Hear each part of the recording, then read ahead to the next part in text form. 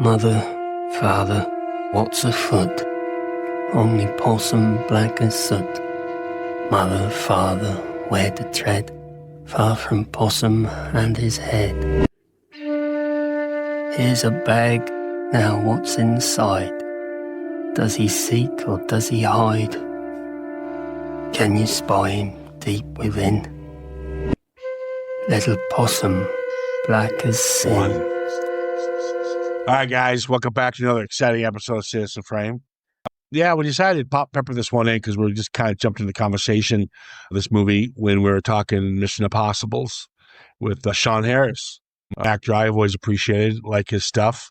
He plays creepy good. And so we decided, I brought up Possum. This is a movie that came out a couple of years ago, I think back in 2018. And I remember thinking it was just terrible. It's one of the worst films I've ever seen. And I figured at this point, knowing Trevor, he'd probably think it's the second coming of Christ. So, yeah. And this is where he'll go, it's so British. I'm like, I want to throw up when he says that, but he'll be saying it, trust me, throughout this. It's British cinema at its finest. Right. So was that? Just hold on there. Was that a British accent there, or that's pretty good. Spot on, Governor. So I'm doing a podcast with Danny Dyer now. Yeah, right. Yeah, it's pretty good, man. Pretty good. Now, Possum is directed by an actor, actually, Matthew Holness. He's mainly known for comedic work, Toast of London, which is a pretty funny show. And then let's just get this out of the way now. Yes, he has been in Doctor Fucking Who. He is mainly known for Garth Marenghi's Dark Place, which about 20 years ago on Channel 4 was a short-lived horror parody that's developed quite a cult following over the years, though there are a lot within the horror community who don't actually like it because it's quite a heavy piss take of horror, but it's become quite a cult classic since it first appeared on Channel 4 about 20 years ago. Garth Marenghi's Dark Place. I don't think Matthew Holness has ever appeared in Doctor Who, though. I don't think so, but I could be wrong. I know he was in The Office. You know what? Now you've upset me. He was in The Office, the British Office. He played the computer techie nerd. There he is. Doctor Who. He played Eric Drazen. Right. I stand corrected. So there you go. Wow. This is the best fucking podcast in the fucking world. What episode? Right now. What does it say? What episode it was he was in? Oh, it was a Doctor Who. Peter Davison was Doctor Who. It was a Doctor Who: The Monthly Adventures. Oh, that's not the main series. Yeah, that. No, that's the it's same thing. not. Same fucking thing. Same fucking thing. No. Same fucking thing. That's not the main TV show. So it is. So I was wondering there because usually I would know stuff like that. No, it doesn't matter. No, you should have known all about the podcast. Very disappointed. Right. Disappointed. All right. So he wrote a short story under the same name, Possum, published under the horror. It's in a horror anthology series called The New Uncanny Tales of Unease. So if you guys want to see the original work based on his original material, go check that out. Yeah, he doesn't direct much, thank God. I'm not going to choose him as an actor just because, I haven't seen his stuff, but I do like some of the stuff he's in. So I don't want to go after the man for that. But good on him for, tackling, both acting and directing. I always have a little respect for someone who writes and directs their own work, especially if they wrote the original material in a short story form first. So kudos to that. That being said, go fuck yourself, you asshole. Don't you ever direct another movie again because I fucking hate this piece of shit. This is one of the worst fucking movies I have ever seen. It is terrible. Now, during this podcast, you're going to hear things from our boy here. I won't mention his names, but it rhymes with asshole. And whoa, he's going to say, I swear to Christ, I get it. He's going to say atmospheric. He's going to say true British grit. He's going to say dark and bleak. It's brilliant. He's going to say, I can just keep going. kitchen sink drama. I can keep going. And he knows those words I just said. He's like, damn it, he's crossing them out right now in his notes. Let's just jump into it, okay? There's two people. Right. But first of all, I want to ask you why you don't like it. You know, just generally before we start. It's terrible. It's boring. It's boring. Why? It's boring. And I have left this part out. Completely boring.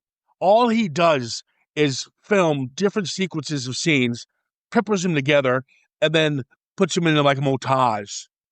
And then every scene is elongated. That fucking bridge scene when he's drowning the puppet, and the scene with the fucking looking at the door at 25 minutes. He tries to build this tension. What's beyond the door? And there's nothing. Just open the fucking door. There's nothing. It's not so much about it's nothing tension. Here. There's nothing here. There's nothing. No, there's actually a lot of subtext. You know, and you know there is. It's very. You know, to quote that. You quote know what? me. You know what? You sit there and you always say, "I'm not elevated horror." You are. You're a snob. You people. This isn't elevated horror. Who love elevated horror, and they find this isn't elevated horror. No, this is not elevated either. It's not even horror. It's not even horror. Oh, it's not horror. It's horror. It's a drama. Oh, God. It's a drama no, it's not. At its finest. It's a drama. It's a bleak, British kitchen sink drama. You fucking ass. That you would, let's just, you know, and it calls to mind. Let's just jump into this. Go ahead. People, this is spoiler filled. Like, who gives a fuck? Because there's nothing to spoil here. It's predictable. It's terrible. You know what's going to happen next. It's bland. Oh my God. It's like having a bowl of Weetabix without milk or sugar. That's a good one. That's a good one. I like that one. You found it predictable? Oh my God. It's the most predictable film. I knew right away. I knew right away where this thing was going. Oh, did he kidnap the kid? Oh no. Give me a fucking break. All right, let's just jump into it. Go for it. Mother, father, what's your foot? Only possum black as soot. Mother, father, where to tread? Here's your bag. Now what's inside? Little possum black as sin. Little boy, don't lose your way. Mother, father, we believe that you'll save us and we'll leave. That's pretty much the poem this film is written around.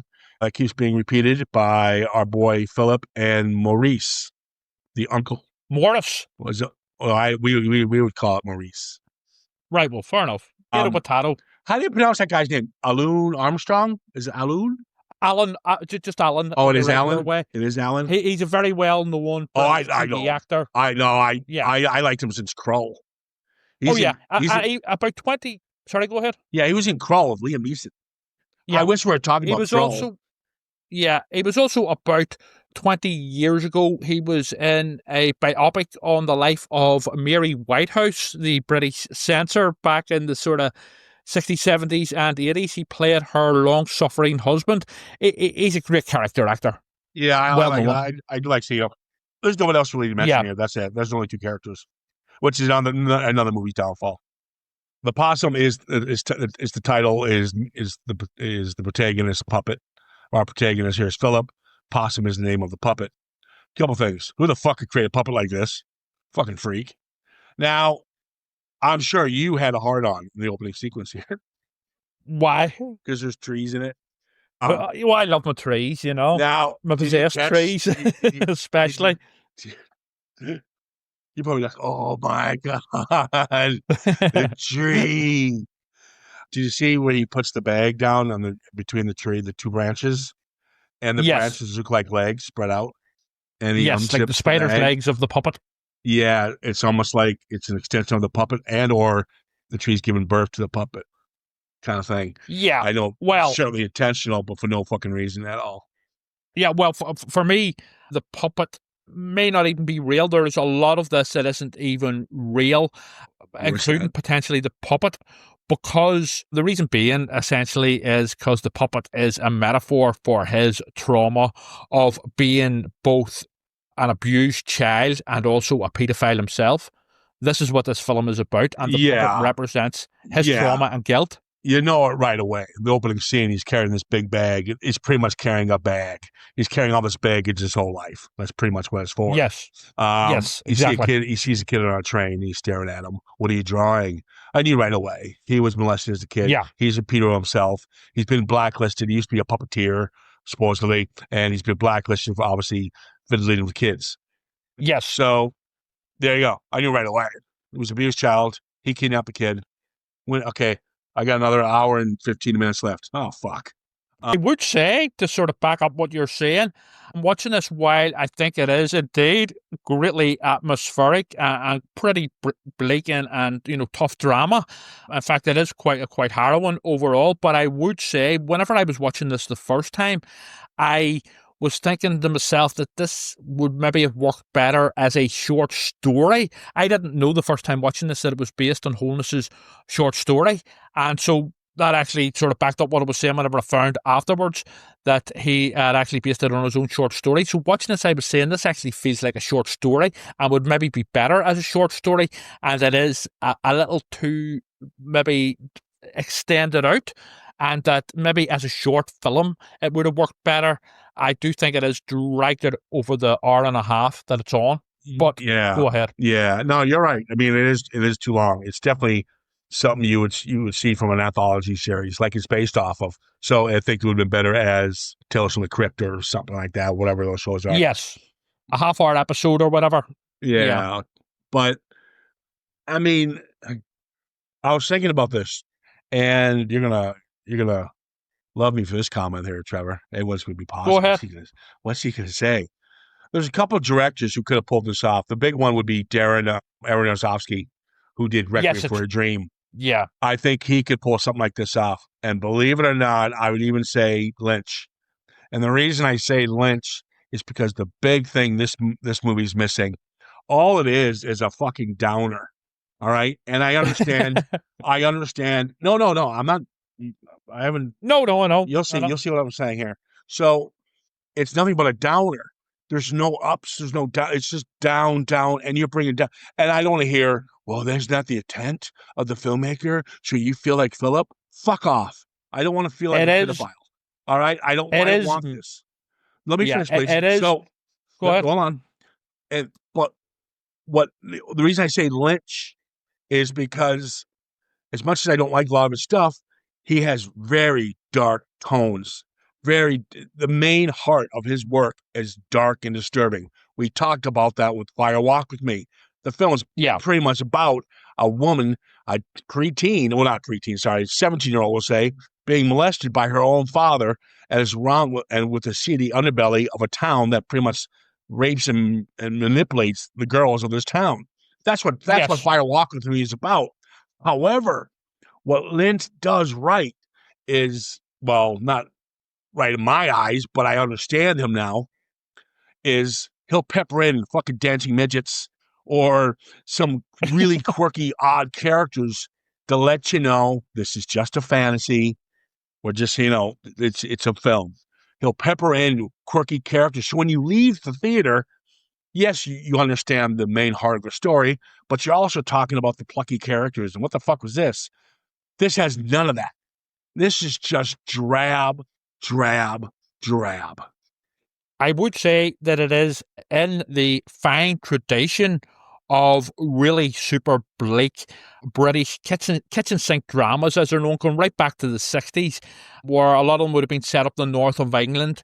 And also there's a lot of sort of heavy influence apparently here with, in the 1970s and 80s, there was British public information films which were pretty terrifying. You had like Donald Pleasance playing the Grim Reaper, trying to tell children, not to go anywhere near sort of, like, I don't know, rivers and swamps and stuff. Also warning us about things like, incoming nuclear holocaust. So the whole field of this is definitely for me like a combination of that tradition of pretty bleak British kitchen sink drama. This isn't even horror to me, and also the public information films of the 1980s mainly. I could care less. I mean, we talked about Dead Man's Shoes. Yes, Dead Man's Shoes. And that exactly was a perfect example. one of the most depressing films I've ever seen. I gave it a rave review, but I'll never watch it again. But yes, but he was able. The director there was able to pepper in quirky characters, like the villains were kind of stupid, and with all this ugliness we're about to see, and the outcome of that film. But at the same time, you couldn't help enjoying it, which you felt guilty doing. That's almost like what Lynch does, or is. yeah. And so at least there's a structure to those, to where you can still be entertained, but at the same time be thrown back as well. Well, this is certainly a good director will do that. This is just taking a camera. He tries to do that. He does try to pepper in. It's almost shot black and white almost, and he'll pepper. There's a nice little shot actually when he has all it is these yellow and red balloons, right? And in this ugly house, and all of a sudden, he pretty much all the smoke. All the balloons start getting engulfed in this gray and dark black smoke. And that's pretty much the director pretty much saying, hey, this isn't going to be colorful. This isn't going to be, Hollywood-esque. This is going to be dark and bleak. And that's pretty much what he was saying when he did that. I got that. I think that's what he was trying to say with that shot. Possibly. I don't know. But yes, it is. It is actually a very good shot, and again, quite creepy. I would say as well, on top of the whole kitchen sink drama stuff, there is a certain type of film that's quite big again. Again, it all ties in together with the kitchen sink drama stuff. But essentially, there's some recent Irish films have been quite in the same vein. Essentially what they're known as well is misery porn, because, they're so bleak. They're essentially, they're too bleak for sort of mainstream audiences, let's just say. And they address very, very heavy topics, and this is pretty harrowing stuff. I know what you're saying, and I take that on board, what you're saying about Shane Meadows with Dead Man's Shoes, and there's other films like This Is England and stuff as well, and also Lynch, where there's a sort of almost quirkiness and a dark humour there, whereas I don't think there's any humour or attempts at even dark humour whatsoever in this. This is pure misery. There's one shot. There's one shot that I enjoy. Yeah. And this, the two main actors in this, especially Sean Harris, is wonderful in it. The acting is wasted, really, unfortunately. But there's a nice shot where he's walking down these stairs, and these two guys are smoking, little punks, and they say, "Hey, pervert," acting all badass. All he does is be Sean Harris, stops, turns around, and stares at him. And these guys are so creeped out by his stare, they just like, "Oh, let's get out of here, man. Let's get out of here." They see you needed more stuff like that. You needed what makes cinema work, good cinema, is that you pepper in other characters. He needs conflict. You need something else to play off of. Not the uncle. I'm talking more outside the box. There's a scene where he goes to the school, and the principal goes, "Can you please leave? You're just staring at the school. It's kind of creepy." Yeah.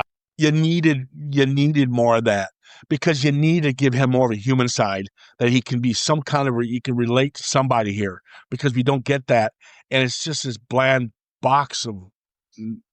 Well, he does have a sort of, this has a really sort of strangely happy ending, actually, as bleak as everything is. There is a sort of, he does have an arc, and yes, he does sort of. Yeah, but I mean, there's, yes, I know what you mean. There needs to be a bit more drama, or possibly more conflict. Obviously, we'll have the sort of personal conflict with Philip, and also with the uncle. I don't even think the uncle's alive, by the way. My theory, my interpretation is that, because whenever he first comes to the house, the uncle's just subconscious. Yes, exactly. He's not alive. Yeah, when he kills him at the end, breaks his neck, he's releasing himself of all this burden. Yes, by fake killing him. That's all that was. That was him facing his demons. Yes, and also it's no coincidence either that the puppet Possum actually looks very like him, and as he progresses through this film and he becomes more sort of white and sweating and all this hair and all, the puppet sort of changes subtly as well, and as he changes, the puppet changes. I believe even the uncle's puppet, which is pretty creepy, looks like him. You have it looked like a little double puppet. Yes, with the eyebrows and stuff. Yeah, exactly there's actually a scene where because the uncle is always mainly in the kitchen, and yes, and he's sitting in the kitchen when he comes into the house, and he goes, "Come here, Philip," and he's using the puppet as hand gestures, like "Come here." The puppet's like telling him to come here. yes. So he's trying to, he's using a puppet to puppeteer his nephew. Yeah, yes. Well, that makes because sense. that's the way he was abusing him. Yeah, Which exactly. yes, because later on it's revealed, but with his fingers, whenever Philip is reliving, obviously, it's happening in his mind, but the viewer is seeing it as if it's really happening. So yes, that's the way he. It's heavily suggested abused him with his fingers. I don't even know what we won't go there, but yeah, no, yeah. I'm just saying, but no, I don't want to go there really. Like you and I are having this conversation about it, and we're coming up, wow, we're really smart, blah blah blah. Guys, it's not. It's predictable and it's boring, but there is something there. I would not tear the film apart if it wasn't. There's the heart of the stories there. It's just the pathway to get there. I think here's another thing that bothered me, and this really bothered me a lot. Where's he getting his clothes? He changes his clothes. Philip? Yeah, where's he get his clothes? He fell in the dirt. Remember, he got all muddy, and the next day he's got new clothes. Is there a Walmart he would have cleaned himself up in the house. That house is derelict, and basically that's the house where he grew up with the uncle and was abused in. So that is, he would have just got himself cleaned up. Did he kill his parents? Did Philip kill his parents? I don't think so. Maybe there was an accident. Yeah, because the uncle says your parents burned alive or something. Yeah, he says, "Why couldn't it have been you?" or words to that effect. Yeah. I think there might have been some accident, but maybe the accident was his fault. He didn't mean it. I don't know. It's left open to interpretation completely. But obviously, as a child, then he was sent to live with the uncle, Morris, and that's when the abuse happened. There is a lot here, and in terms of it's quite a powerful, heavy drama of a story, but is it entertaining for an hour and a half long film? It would have worked. I mean, obviously, it is a short story, which I didn't know the first time watching, but I was thinking this would make a better short story. I think it would have worked better as maybe a longer short film, maybe about 45 minutes or so. I think then it would have had much more power. I do think that it is the central concept is extended and dragged out a bit too much over the hour and a half. I mean, there's only so many times you can see Philip, Sean Harris, looking heavily depressed and traumatized, without it becoming repetitive. Yeah, but this overall, it does, for me, work in terms of a super bleak, depressing drama. Whatever. I mean, whoever can review something like that, go, oh yeah, I want to watch that again. Whoever thinks this movie has replay value is a fucking ass clown. Well, I watched it twice for the podcast. Well, I watched it twice because I'm fair. I watched the film to watch it, and the second time I'll take notes. So that's why we can see probably more than So we're seeing it through the podcast eyes. But the second time, oh my God! If I had to go back to that little water reservoir, the garbage can, let's go back to the school. Barracks. My God, what place is this? Is this hell?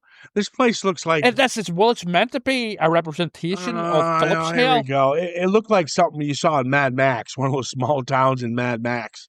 It was just, and you had like 3 people and all 4 other people in the film. You had a cop coming to the door, and they had, the problem is you have this bleak story, then you have this kidnapping happen. They could have done something with, okay, we know he pretty much has the kid. We don't know where he is or what he's done with him, but we know he's done something here, and that would have been fine. Predictable, fine. But then give us side characters. Let's see a cop investigating the mystery of the missing kid. Give us something. You could have taken 25 minutes of him walking around to the same fucking locations trying to kill this fucking puppet. And we could have cut some of this shit out and then focus on the cops trying to find out where the kid went. You could have went back and forth. And at least you brought some more drama. You put a little more tension. Ooh, where's the kid? Just because you kind of like Philip. You kind of feel sorry for the guy. So you don't want him to be guilty. But at the end, he did do it. So that would have been a good journey. You had a couple different journeys to get to the end here, but there's just one journey, and it's terribly boring. I don't think I would actively watch this again as a film, but I would like to read the story. I haven't read the story, so I would be interested in reading the story. Obviously it's a different medium, and but again, I don't want to fall back and say, I don't want to say the phrase, I get it. Oh my God, I get it. But and again, that's not me trying to be clever or trying. No. It's me just saying that I've watched a lot of bleak shit like this, so I know this type of stuff. But yes, I agree that a bit more drama and maybe like additional characters there to sort of give us more to play off. But I also, at the same time, I get that it's literally a kitchen sink drama in many scenes. With especially the ones obviously set in the kitchen. Yeah, we know that. You keep saying that, but it doesn't give an excuse for poor direction. This is poorly directed filmmaking.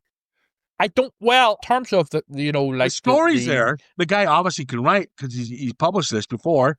So I'm not saying he's not talented there. There's a story here. That's not for everybody, but the direction is a mess. It is a mess. I think there's some great visuals. I mean, some amazingly atmospheric visuals that do hark back to the sort of like that sort of weird vibe of the 1970s and 80s in Britain, those public information films. In fact, Holderness himself said that this is in part based on the Jimmy Savile case, or at least he had it in his head when he was writing it and directing it. So I don't know. You're coming at this from a different angle, which I appreciate, in that you grew up in America. Whereas growing up okay, before you go any further, you have a tendency to put down American cinema a lot. I'm not putting down. I'm not even talking about American cinema. No, we don't show stuff like this in America. Only Brits do it. No. That's not what I'm saying. I'm saying is I grew up in the 70s and 80s in the UK. Old bastard. Old bastard. Well, I know that there. Yeah, so I grew up with things like those public information films and all the rest, and the Jimmy Savile case going on in the background. So I get that he's tapping into that. I'm not attacking America or American cinema at all here. You were going to say, what were you going to say about American cinema? I was going to say that you didn't grow up with fucking Jimmy Savile as a children's TV presenter. And you're saying also, there was no... What are you talking about? America has none of that going on? This, of course it does, but I'm saying this has a very British vibe that if you experienced it as a kid growing up in it in the 70s and 80s, then obviously it resonates more with you.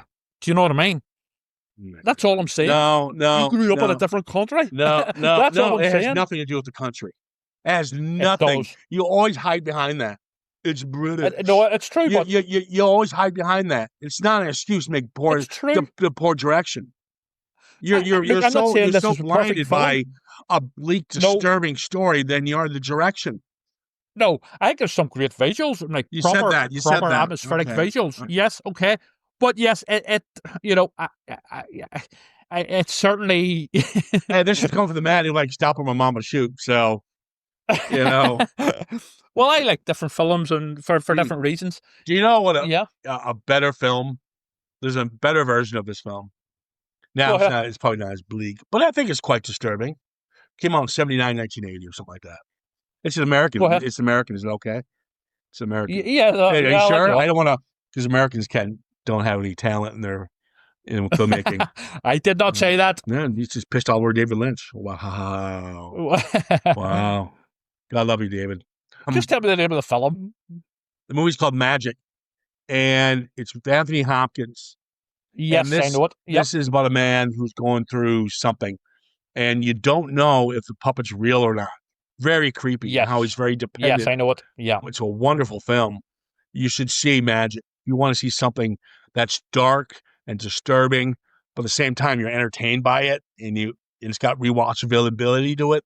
Watch Magic. 100 million, quadrillion times better than this train wreck of a film that's pretty much him going out with the camera, taking shots of fucking Sean Harris doing a walkabout, and then I look depressed. and looking depressed, and then cutting back and showing the same shot again and again and again and again and again. Conversation with the uncle, back to the water reservoir, back to the bridge, and again. And I mean, it's a copy and paste of itself.